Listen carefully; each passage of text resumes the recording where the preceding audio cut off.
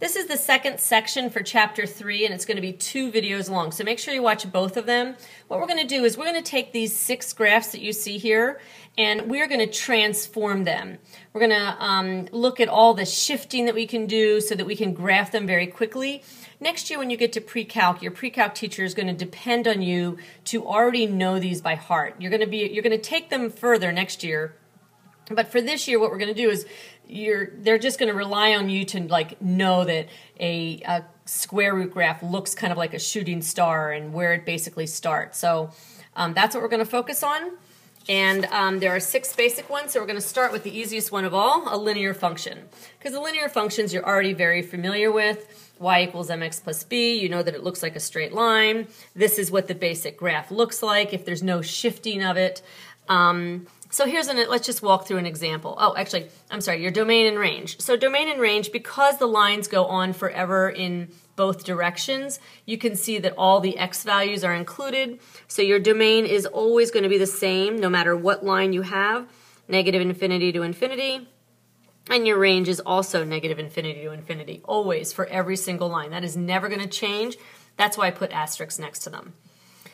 Excuse me. Your X and Y intercepts, well, the process for finding an X and Y intercept stays the same no matter what function we have, but they're just going to be a little different. So y equals 0 and x equal to 0. So in order to find the x-intercept, you plug 0 in for y, and in order to find the y-intercept, you plug x in for 0. If you look at a graph and think about what an x-intercept is and what those points look like, you'll see where that comes from. Okay, so let's just take this example over here. So if I plug in 0 for y in this function up here, well, some of you are probably stopping and going, I don't see a y. But remember in the last video I said f of x is just a new way of thinking of y. So if I want to plug 0 in for y, I can just rewrite this as 0 equals 2x plus 4. Because what I did was I pretended this was a y, and I'm plugging 0 in for y. Subtract the 4 over, divide by 2, and I get x equals negative 2. So this is a point, negative 2 comma 0. That is my x-intercept. So now what I'm going to do is I'm going to take x or 0 and plug it in for x into this equation. So if I go up here, I'm going to have y equals 2 times 0 plus 4. Well, 2 times 0 is just 0. So y equals 4. So this point looks like 0 comma 4 because we plug 0 in for y or 0 in for x and y equals 4. So these are simply my 2 intercepts. I could draw them on a graph and connect them. Increasing or decreasing, so you know that a line stays constant, it never changes, it doesn't bend or anything. So it's either going to be increasing or decreasing. It's going to be increasing if our m value is positive, and it's going to be decreasing if our m value is negative. So what's in front of the x, and we'll talk about that later, if it's in front of the x, if it's positive, it's going uphill from negative infinity to infinity, remember, because we're listing increasing and decreasing in terms of an interval. So it is actually going to be negative infinity to infinity in either case, but in one of them, only one of them is going to apply. It's either the entire graph is either increasing or the entire graph is decreasing. Okay, so absolute value functions. So these are a little similar to lines, and what it is the basic graph, f of x equals the absolute value of x, meaning there's no movement to it, there's no shifting left, right, up, and down, or anything, starts at 0, 0, and it simply goes up in both directions with straight lines. These are not curved lines. They are not parabola lines, okay? So make sure you don't make them curved. They need to look like straight lines. And the way that I remember that there's straight lines is because in the absolute value function, we have 2 straight lines. So I use that to help me remember that, oh, I've got 2 straight lines, so my graph is 2 straight lines, okay? You can use whatever you like, but that's what I use. So every absolute value graph, whether it's skinny or fat or upside down or whatever, is always going to look like this. So our domain, as you can see, all my x values are included, so it's negative infinity to infinity. Okay, and I put an asterisk next to that because that is the case for every absolute value graph. The range, however, is going to change. So let's look at this guy over here. So if you remember with parabolas, remember what was next to the x, we took the opposite of it. So what was happening right next to the x value is what tells me how to move left and right, and what is outside is what my y value tells me how to move up and down. So what is right next to the x value, I'm going to take the opposite of it, and what is outside, I'm going to take the same as it. So a lot of you guys I've noticed in class have an iPhone that works on the iOS operating system. So I remember operating system, and I use that just to help me keep it in order, that I want to do the opposite and the same. That way you just won't reverse them, because I do know some kids that actually like to reverse them. So keep it straight. The first one is opposite, the second one is same. So in this case, I want to take the opposite of positive 2, which is going to be negative 2, and the same as this guy, which is negative 4. So that tells me instead of this graph over here, which was centered at 0, 0, I am now going to center this graph at negative 2, negative 4. So this graph is basically, if I didn't need to be very precise, that would be good enough to, do your, find your critical point. This is really not a vertex, it's a critical point. So find that critical point and then just go, I know that it's positive because there's nothing out front here, just like with a parabola. And so I'm going up, up.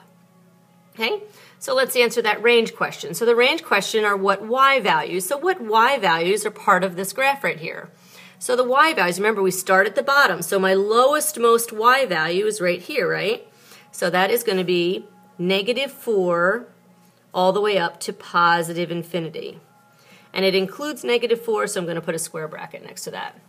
So my range is negative 4 up to infinity.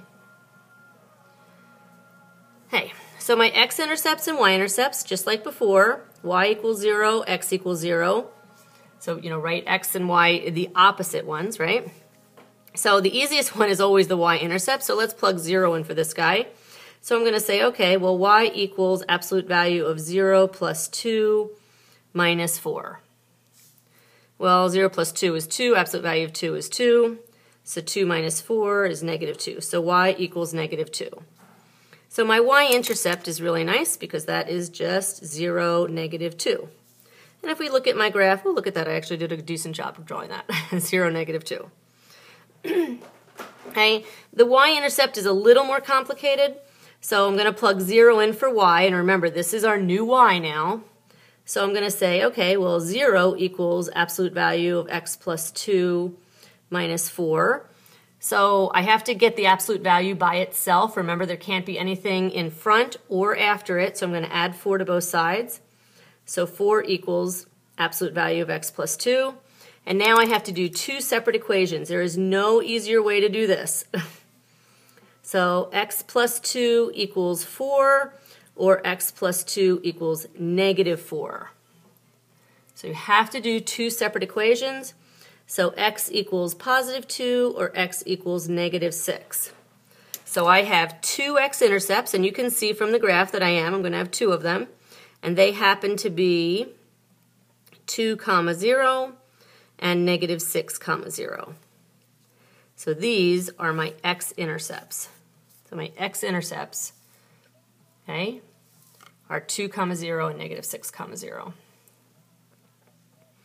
And then increasing and decreasing, well, you can see that, remember, don't pay attention to the arrow on top of this. Remember, we always read our graphs from left to right. So as I travel down, because I'm really going downhill, that arrow just is telling me that I'm going off to infinity in that direction. But really, I'm starting at negative infinity, basically. And I'm going from negative infinity all the way down to, what is my x value here? So my x value was negative 2. So I am decreasing from negative infinity to negative 2. And then I'm increasing from negative 2 to positive infinity.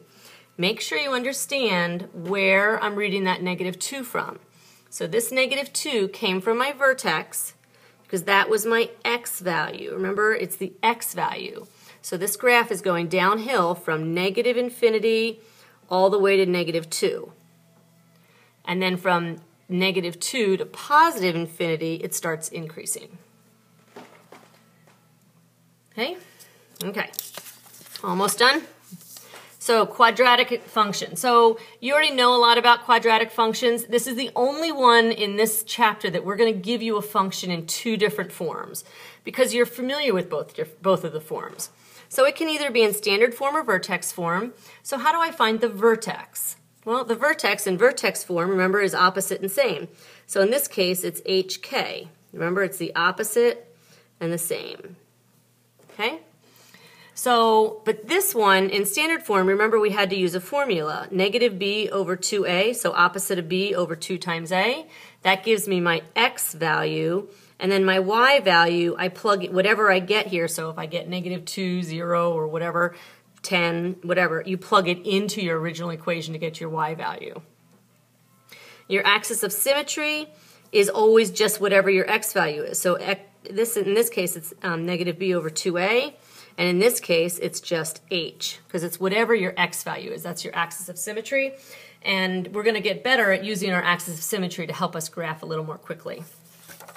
Okay, so last but not least, here is your quadratic function. The basic function is f of x equals x squared with nothing else happening to it. So it has a vertex at 0, 0. Okay? So the domain for every single parabola is going to be negative infinity to infinity. So every single quadratic, the domain stays the same. But the range has to do with your vertex. So you have to find your vertex first. So let's use this example over here. So my vertex in this case is going to be the opposite of negative 3, which is 3, and negative 9. So that is my vertex. So if I draw myself a little graph, I'm going to be over 3, and then way down here at negative 9. So this is basically my parabola. So my range, remember these are my y values, right? So my range starts at the bottom. So I'm starting at negative 9. Remember this was all the way down here at negative 9. So my range in this example is negative 9 to positive infinity. Because I'm reaching all the way down on the y-axis from negative 9 and going all the way up to infinity. Intercepts, remember, switch them. So the y-intercept is the easiest. So if I go up to this equation, I plug 0 in for x, I'm going to get 0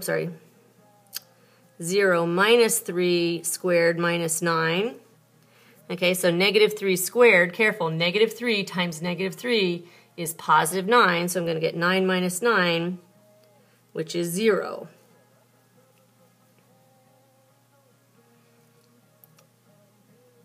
So this happens to go through 0, 0.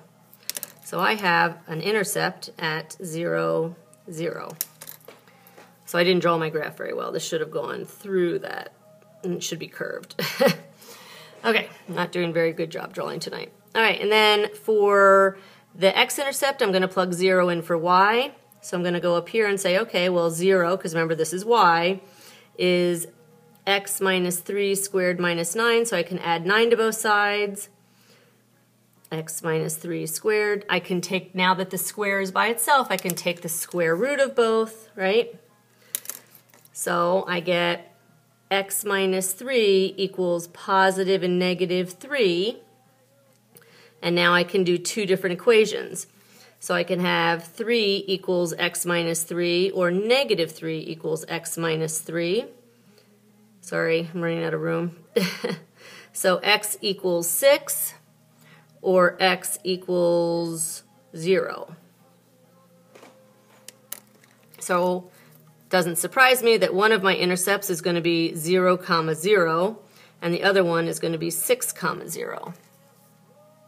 So those are my two intercepts. And increasing or decreasing, so this thing is going downhill. Sorry, it's increasing from, where's my vertex? So my x value is going to be, it's increasing from 3 to infinity, and it is decreasing from negative infinity to 3. Okay, because remember, we're looking at those x values. Okay?